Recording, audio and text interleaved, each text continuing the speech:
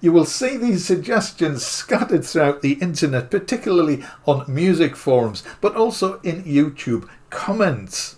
The suggestion that people who review synthesizers in particular and music software are manufacturer shills. Now I can see where this idea may come from. I shall tell you what I think. Now you may think I'm here to support my fellow YouTube creators and say, no, that's rubbish, they are not. I don't think it's quite as black and white as that, and I shall explain exactly what I mean and perhaps offer a little bit of advice which you are probably already aware of, something to take into account when watching synth reviews. Now if you have seen some of the other videos on my channel, you may recall that a while ago I was on the other side of the fence. I did a lot of reviews, keyboards, synthesizers, hardware, music software for a variety of magazines. Now that was a slightly different scene to what it is today, but I think many of the same principles apply. Now every so often when one of these claims seems to take fire and spark, I am inclined to make a video about it just to tell you what I think about the situation. And the reason I'm making this video now is that it was prompted by the release of IK Multimedia's Uno Synth Pro X. Now this morning I went to my YouTube channel, clicked on my subscriptions, and no less than 7 of the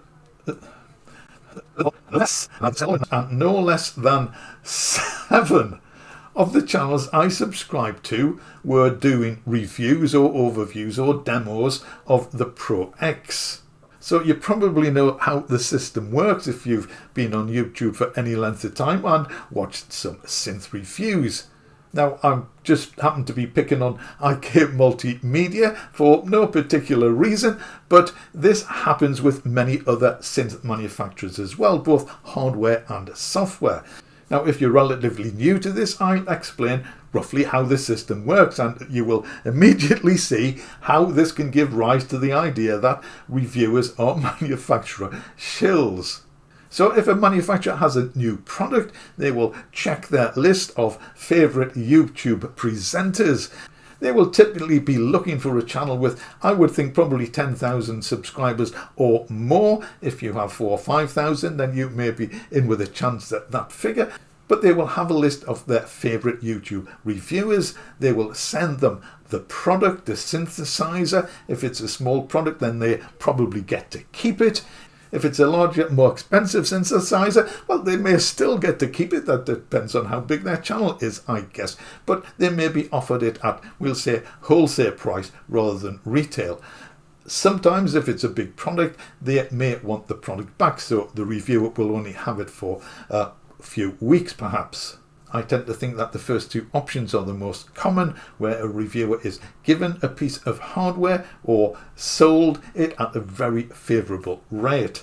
Now the software is much easier to deal with. It really has no intrinsic value, so software reviewers will typically just get all the software that a manufacturer releases once they're in their good books and continue to receive free updates. These are what we call NFR, not for resale licenses, so the reviewer can't sell them on. As opposed to hardware, which, if a reviewer has it, they are, I guess, free to sell it. Although I have seen one reviewer say that they felt uneasy about selling on a piece of gear they were given by a manufacturer free of charge for review.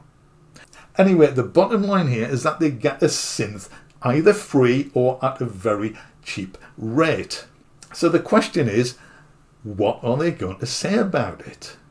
So let me just come out with one little opinion that seems to have developed over the years that I've been looking at synthesizers, both hardware and software. Now, I fully appreciate that not every piece of hardware or software is going to be an 11 out of 10. But I really believe that the majority of hardware and software is actually pretty decent gear. Now, no manufacturer or developer is going to release something which they know to be below par. There are obviously exceptions to this, and I am going to mention one of them in a moment. So I'm talking about generalities, but a great generality. If a manufacturer continuously releases poor gear, then I don't think they're going to last very long. So when a reviewer reviews a piece of gear, I think it is going to be decent at worst. Now, whether that particular piece of gear suits you and your workflow and your requirements, that is another matter entirely. But that is the sort of thing which I think reviews should highlight, so you can take away the information that you need to see if this is suitable for yourself. So in general, a review will follow a typical process. They will explain the features and the functions and how it works and go through an example of the workflow and hopefully give you an idea of what it sounds like and how easy it is to work with. Now, if there are cons, I do believe they should point them out. I think most of them do, but some point them out a little bit more than others. Now, I also am of the opinion that reviewers should comment on the price. I know it's not always easy because prices do vary and fluctuate, but all products have a manufacturer's suggested selling price, the recommended retail price in the UK, as we say. And if you are an early adopter, that is the price that you are going to pay. After the gear has been out for a few weeks or a few months, the price often is discounted by retailers. If it's software, well, I've said this before, never pay full price for a piece of software, with very few exceptions, and there are some exceptions, but with very few exceptions, virtually every piece of software will go on sale at some point. Unfortunately, this doesn't apply quite so readily to hardware synths. So I think why some people think reviewers are shills is that most synths generally get a fairly decent review. And as I've said, I think that's because most synths are fairly decent synths. Whether they suit you in particular is a different matter and not something which I think it's reasonable to expect a reviewer to tell you. If a reviewer was a shill and said something was good when it was not and failed to point out obvious shortcomings, then you can see where this impression may have come from. I don't think any synth reviewer is going to do that, certainly not on purpose. They do, after all, need to provide quality reviews to maintain their integrity, their believability and their subscribers. Now you may think that so far I'm saying no, they are not shills. Well, let me just press on a little bit further, if you will. Now, I said that reviewers will not knowingly, in my opinion, in my experience, having watched a lot of them, I don't think they will knowingly try to mislead the audience. It is certainly not in their interest. However, they do have a big responsibility in trying to prize every little fault, if you like, open the cracks with a screwdriver and see what falls out. I think that is sometimes a difficult job. However, it is the job which they set themselves up for. Giving someone an overview, I think, is quite different to presenting a review. Now, I did mention that I was aware of one exception, and I'm sorry, but it has to be Roland's JD-08. Apart from the fact that I believe Roland made some just stupid design decisions when putting this thing together, it is also quite buggy, and there doesn't seem to be any sign of firmware fixes. I made a video about it, which you can check out up there. I shall leave a link to it in the description. Now, I mention this for a reason, because if you check out the reviews of the Roland JD-08, I think you will be hard-pressed to find anyone actually criticize it in a severe way. Certainly, no one has listed the design flaws or design problems, if you like, or certainly not the bugs in the firmware. Now, one of the things it does not do, and that is support sysx, system exclusive messages. So that means there will never be an editor for it. It also means that you can't create your own custom banks of presets. You can save the whole bank to the computer and then put that whole bank back, or someone else's bank. You can't take one or two presets and put them in one bank, and you can't create a bank of another preset. You can't do that. And one very, very popular YouTube channel who was reviewing this said, "Oh, this is an oversight." No, it wasn't an oversight. This was a design decision by Roland. Now, I think they should have made a lot more of it than just passing it off as an oversight. A casual viewer of this, expecting a review of the instrument, might think, oh, okay, it's just an oversight, it's no big deal. But if you want to curate your own banks of instruments, it's a massive deal because you can't. So synth review channels don't always get it right. So, and this is a piece of advice which you are probably already aware of, I think you still need to watch reviews with, shall we say, a little pinch of salt.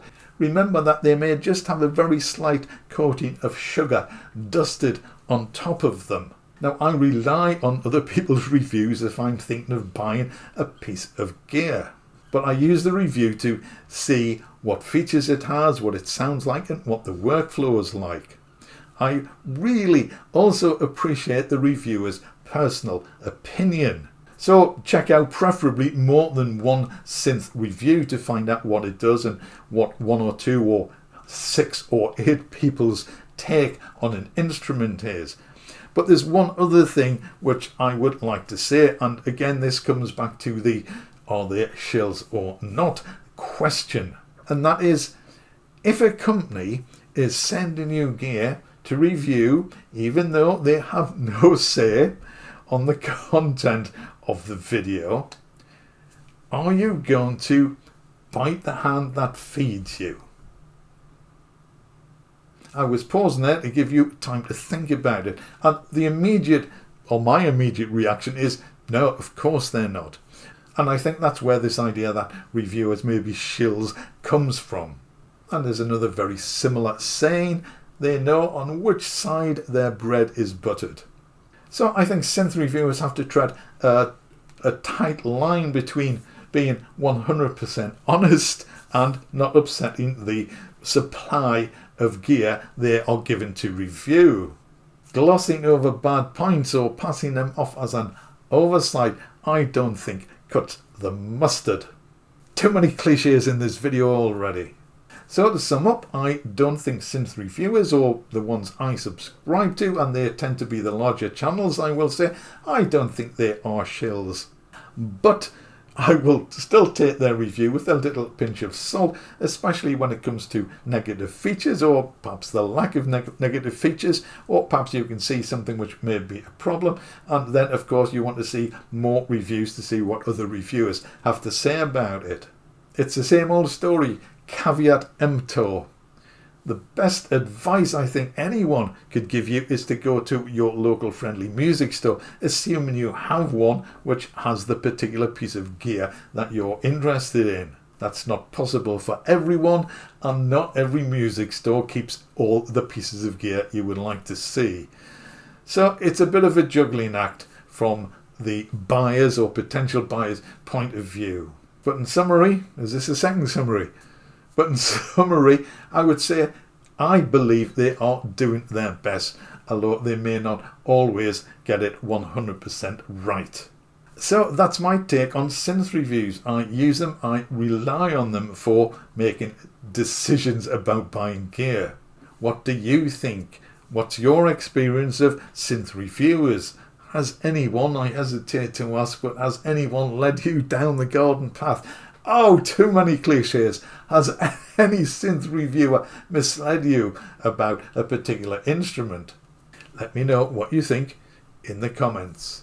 I think this is a very important question, and as users, as buyers of synthesizers, I know not everyone has easy access to a shop, and it is becoming increasingly difficult, and the places you can actually buy a synthesizer from seem to be fewer and fewer. So more and more of us, I believe, rely on accurate synthesizer reviews for buying decisions.